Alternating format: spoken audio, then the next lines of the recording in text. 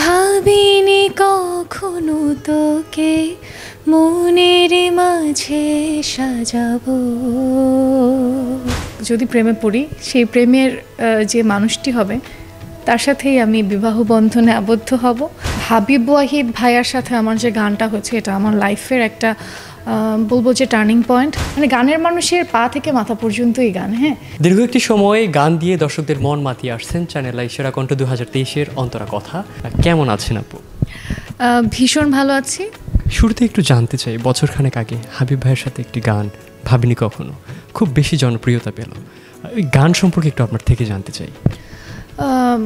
Basically হয়েছে channel I সেরা কণ্ঠের মাধ্যমেই তো আমি আসলে মিউজিক ইন্ডাস্ট্রিতে ঢুকেছি, কিন্তু হাবিব ওয়াহিদ ভাইয়ার সাথে আমার যে গানটা হয়েছে, এটা আমার লাইফের একটা বলবো যে টার্নিং পয়েন্ট। মন ভালো হয়ে যায় যখন শুনি যে হাবিব ভাইয়ের সাথে আমার আবারও গান হচ্ছে। কাজী শুভ ভাইয়ের সাথে 2টা কাজ হয়েছে। আকাশ মাহমুদ আমাদের ইয়াং ম্যান, অনেক ভালো গান করছে, ও খুবই ট্যালেন্টেড। ওনার সাথেও কাজ হয়েছে বেশ কিছু, আরও কাজ হবে। সো বেশ কাজের ব্যস্ততায় যাচ্ছে। হাবিব ভাইয়ের সাথে যে ভাবিনি কখনো গানটি করা হয়েছিল, শুরুতেই সেই গানের 2টি লাইন একটু আপনার কণ্ঠে শুনতে চাই। ভাবিনি কখনো তোকে মনের মাঝে সাজাবো, তোরে প্রেমেতে জড়িয়ে আঙুলে আঙুল ছোঁয়াবো,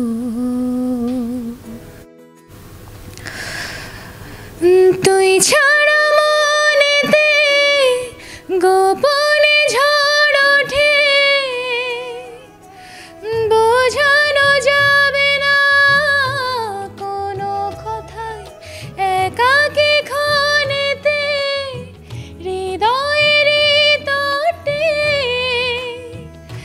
বিধে গেলে যে তুই নীরবতায়। এলএমই সার্টিফাইড বিশ্বসেরা কপারে তৈরি ওয়ালটন কেবলস, যা আপনার স্থাপনাকে রাখবে সব সময় নিরাপদ। আপু, আকাশ মাহমুদের সাথে প্রেমিক সুরেশ্বর যে গানটি হলো, সেই গানের প্রসঙ্গটা যদি একটু আমাদের সাথে শেয়ার করতেন। এটা একটা অনেক সুন্দর একটা গান ছিল, প্রেমিক প্রেমিকাকে নিয়ে গান। তো এটা মানে this is the first time আমি নিজেই আমার গানের মিউজিক ভিডিওতে ছিলাম। তো হচ্ছে আকাশ মাহমুদের সাথে এই গানটা আর কি আপনার বেশ ভালোই যাচ্ছে। অ্যান্ড আমার দর্শক যারা ছিলেন তারা বেসিক্যালি চাচ্ছিল যে আমি যেন মিউজিক ভিডিওতে আসি।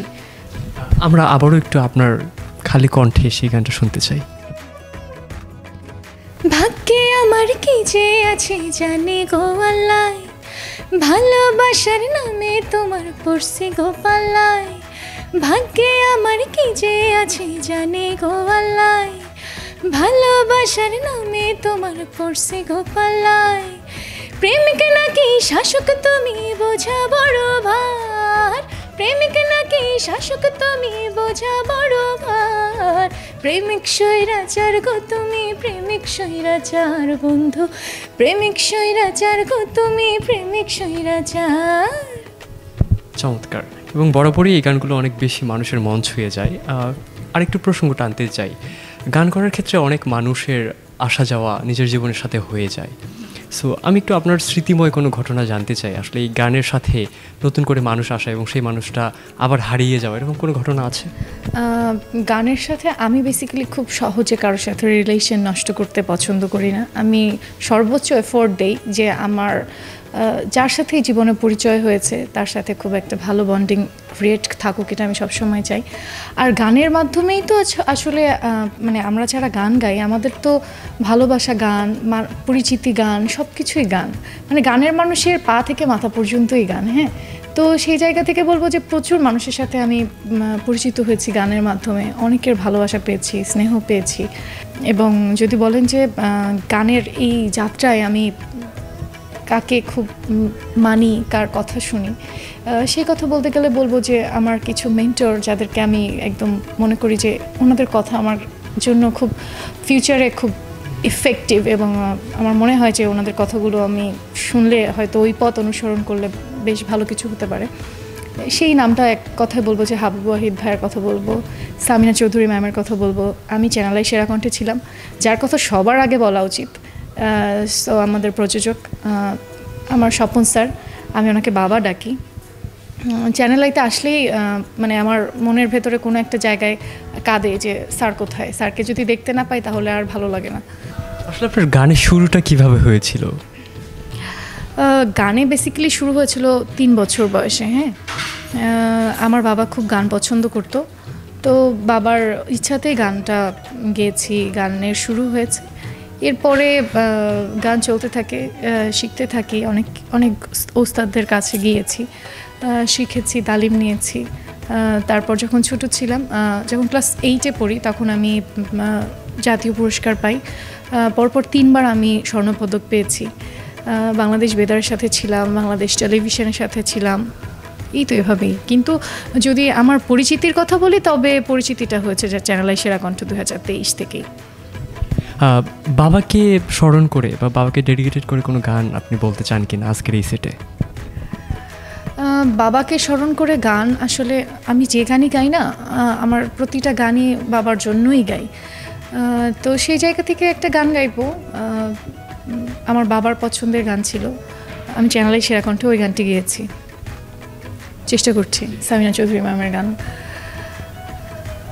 আমি জায়গা কিনবো করে, পেয়ে গেলাম জায়গা শুদ্ধ বাড়ি। আমি জায়গা কিনবো করে, পেয়ে গেলাম জায়গা শুদ্ধ বাড়ি।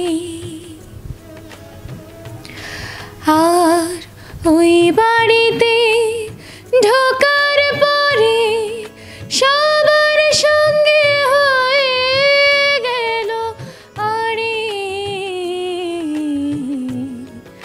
আমি জায়গা কিনবো করে, পেয়ে গেলাম জায়গা শুদ্ধ বাড়ি। বরাবরই চমৎকার। এই গানটি গাওয়ার সময় আমরা দেখলাম সেটা কণ্ঠের সেটে সামিনা চৌধুরী ম্যাম একদম আপনার সামনেই ছিলেন। ওই মুহূর্তটা কেমন ছিল? আপনার ভিতরের অবস্থাটা কেমন ছিল? বেসিক্যালি গানটা সামিনা চৌধুরী ম্যামের গান। সেই জায়গাটা থেকে যদি বলি তাহলে বলবো যে ম্যামের গান ম্যামের সামনে গাওয়াটা, এটা তো একটু দুঃসাহস দেখানো। আমি সেই দুঃসাহস দেখিয়েছি এবং ম্যাম বলেছিল যে তুমি গানটাকে যে খুব যত্ন করেছো, গানটাকে খুব রেসপেক্ট দিয়ে গিয়েছো, এটা তোমাকে দেখলেই বোঝা যাচ্ছে। অ্যান্ড আমি তখন মানে আমি কাঁদছিলাম যখন গানটা গাচ্ছিলাম, কারণ গানটা তো খুব আসলে আমাদের জীবনকে কেন্দ্র করে এই গানটা। তো সেই জায়গা থেকে বলবো যে মানে ম্যামের সামনে গাওয়া এটা আমার জীবনের একটা চরম প্রাপ্তি। এখন পর্যন্ত জীবনে প্রেম কতবার আসলো, নাকি এখনো সেই প্রেমের সন্ধানটি পাওয়া হয়নি?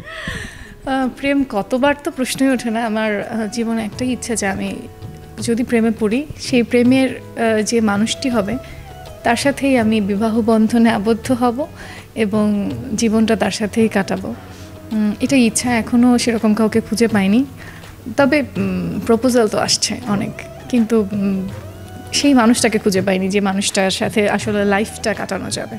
আমরা একটু আপনার পছন্দ সম্পর্কে জানতে চাই, কেমন মানুষ আপনি নিজের জায়গা থেকে সন্ধান করছেন?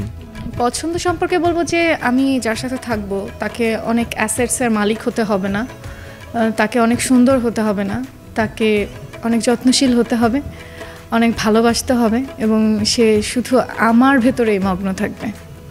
বর্তমান সময়ে সবচেয়ে বেশি চর্চিত হচ্ছে এবং আলোচনায় মেগাস্টার সাকিব খানকে নিয়ে, এবং তার সিনেমাগুলো খুব সুপার ডুপার হিট হচ্ছে। তার সিনেমা আপনার দেখা হয় কিনা, বা ওই সিনেমা যে গানগুলো হয় এগুলো নিয়ে কোনো ভাবনা আসে কিনা?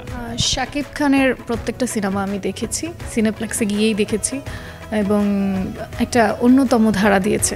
মানে এটা আসলে বাংলা সিনেমায় যে এরকম একটা মানে এইভাবে যে টার্ন করা যায়, এইভাবে যে মুভ করা যায়, আসলে শাকিব খান এটা শিখিয়ে দিয়েছে। ইভেন বরবাদ, আমি যতগুলো মুভি দেখেছি, বরবাদ, তাণ্ডব, প্রিয়তমা, তুফান, প্রত্যেকটা মুভি একটার থেকে একটা ভালো। কোনটা রেখে কোনটা দিয়ে যে বলবো এটা আসলে বলার মতো না। এবং গানগুলা দেখা যায় যে সিনেমাতে সব গানগুলা হিট করে না, সব গানগুলা ভালো হয় না। বিভিন্ন সিনেমাতে আছে কোনো গান ভালো হয়, কোনো গান ক্লিক করে, বাট আমি দেখলাম যে গানে আসতেছে প্রত্যেকটাই এক একটা ব্লাস্ট। সো আমি আশা রাখি যে আমি যদি ওনার মুভিতে গান গাইতে পারি, মানে আমার লাইফের অনেক বড় একটা ইচ্ছা পূরণ হয়ে যাবে। বন্ধুদের জায়গা থেকে কতটুকু প্রেশার আসে, দোস্ত একটু গান শোনা? বেসিক্যালি যখন মানে ছোটো ছিলাম তখন আমার স্কুল লাইফের একটা মেমোরি শেয়ার করি। সেটা হচ্ছে যে স্কুল লাইফে যখন ছিলাম তখন আমার একটা টিচার ছিলেন। তো টিচার আমাকে অনেক ভালোবাসতেন। তো টিচার আমি যদি সামহাও হোমওয়ার্ক করে না যেতাম তো সবাইকে দাঁড়িয়ে রাখতেন, সবাইকে মারতেন, আর আমাকে বলতো তোমার শাস্তি তুমি একটা গান গেয়ে শোনাবে। তো এটা সবসময় মনে পড়ে, উঠতে বসতে গান গাই, আর আমিও গান গাই। হ্যাঁ, আমাকে কারোর বলা লাগে না, আমার বাসার মানুষ তো অতিষ্ঠ হয়ে যায় যে এত কেন গান গায়। যখন আপনার ভীষণ মন খারাপ থাকে সেই সময়টা এটা কিভাবে ওভারকাম করেন বা এটা কিভাবে উত্তরণ হয়? মন খারাপ থাকলে চুপ থাকি। চমৎকার। একদম শেষের দিকে আমি একটু সেরা কণ্ঠের জার্নিটাকে একটু সামনে নিয়ে আসতে চাই আবারও। এই যাত্রাপথে বন্ধু আসছে এবং তারা অনেক সময় সাপোর্ট করতো, আসলে কোন বন্ধুটার কথা এখন পর্যন্ত মনে পড়ে? বন্ধু বলতে কি, মিডিয়াতে কেউ কারোর বন্ধু হয় না, স্বাভাবিকভাবে এটা সত্য। এটা স্বীকার করলেও সত্য, অস্বীকার করলেও সত্য। কিন্তু তার মধ্যেও কিছু কিছু মানুষ থেকে যায়, যেমন চ্যানেলের সেরা কণ্ঠের কথা যদি বলি, আমাদের ছেলেদের ক্যাম্প মেয়েদের ক্যাম্প আলাদা ছিল, কিন্তু তার মধ্যেও যদি বলেন যে আমার বন্ধুত্ব হয়েছে কার সাথে, মেয়েরা আসলে বন্ধুত্ব হওয়া খুব ডিফিকাল্ট একটা ফ্যাক্ট। কারণ একটা মেয়ে আর একটা মেয়েকে কোনোভাবেই বন্ধু ভাবতে পারে না শত্রু ছাড়া। তো সেই জায়গা থেকে বলবো যে আমার সাথে বন্ধুত্ব হয়েছে চ্যানেলের সেরা কণ্ঠের HM আলাউদ্দিনের সাথে। সো সে খুবই অ্যাপ্রিসিয়েট করেছে আমাকে সবসময়, আমাকে নিজের বোনের মতোই দেখে, আমিও ভাইয়ের মতোই দেখি, এবং সব কিছু আমার প্রতিটা কাজেই যদি বলা যায় যে ওয়েল উইশার হিসেবে উনি আছে, সবসময় আমাকে উইশ করে, জানায়। তারপর আরও আছে শুভ ভাই, অনিরুদ্ধ শুভকে চিনে নাও হয়তো, আমাদের সেরা কণ্ঠেরই একজন, তো নক্ষত্র বলা যায়। তার সাথে আমার কাজও হয়েছে, আমরা নাটকের কিছু কাজ করেছি, আমরা গান গেয়েছি কিছুদিন আগেই, একটা আপন মানুষ একটা নাটকে গান, কাজী হায়াতের নাটকে গান গেয়েছি, আমিও গেয়েছি, ভাইয়াও গেছে। সো আশা করি আরও কাজ হবে, আলাউদ্দিন ভাইয়ের সাথে কাজ হবে, শুভ ভাইয়ের সাথে কাজ হবে, এই তো বেশ ভালো যাচ্ছে। মানুষ তো সবসময় নিজের পছন্দের জায়গাটাও একটু আলাদা করে দেখে। আপনার জীবনের এতগুলো গান, এত বড় বড় অ্যালবাম, সে জায়গা থেকে নিজের কোন গানটা সবচেয়ে বেশি প্রিয়? আমার জীবনের আজকে না, শুধু আমার জীবনে যদি আরও অনেক গানও এসে যায়, আমি যদি আরও বহু গানও গাই, আমার নিজের মৌলিক গান যদি আরও অনেকও হয়, তবুও মনে হয় আমার প্রিয় জায়গাটা ধরেই, আমার হৃদয় জুড়ে গান হচ্ছে ভাবিনি কখনো, হাবিব ওয়াহিদ ভাইয়ের সাথে। সো আমি চাই যে আমার মৃত্যু পর্যন্ত যেন আমি এই গানটাকে যত্ন করে রাখতে পারি।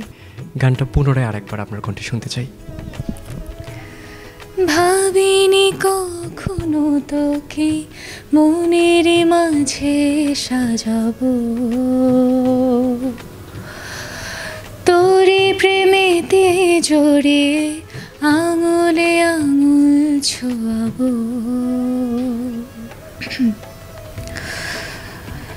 তুই ছাড়া মনেতে গোপনে ঝড় ওঠে,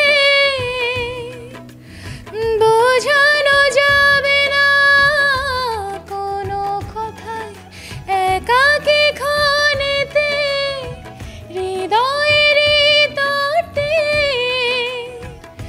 বিধে গেলে যে তুই নীরবতায়, ভাবিনি কখনো তোকে মনের মাঝে সাজাবো। অসম্ভব সুন্দর এবং চমৎকার কণ্ঠ। একদম সর্বশেষ প্রশ্ন, গান নিয়ে ভবিষ্যৎ পরিকল্পনা কি? গান নিয়ে ভবিষ্যৎ পরিকল্পনা বলতে আমি শিখতে চাই, অনেক শিখতে চাই। আমি কখনোই মনে করি না যে আমি অনেক কিছু জানি, আমার এখন অনেক কিছু শেখা বাকি। আমি চাই সবসময় সিনিয়র আমাকে অ্যাপ্রিসিয়েট করুক এবং সিনিয়রদের সাথে প্রচুর কাজ হোক, এটাই পরিকল্পনা। অশেষ ধন্যবাদ চ্যানেল আইতে সময় দেওয়ার জন্য। Thank you very much. Channel I এইভাবে যে আমাদেরকে সবসময় কাছে ডাকে, পাশাপাশি রাখে, চ্যানেল আইকে অনেক অনেক অনেক ধন্যবাদ।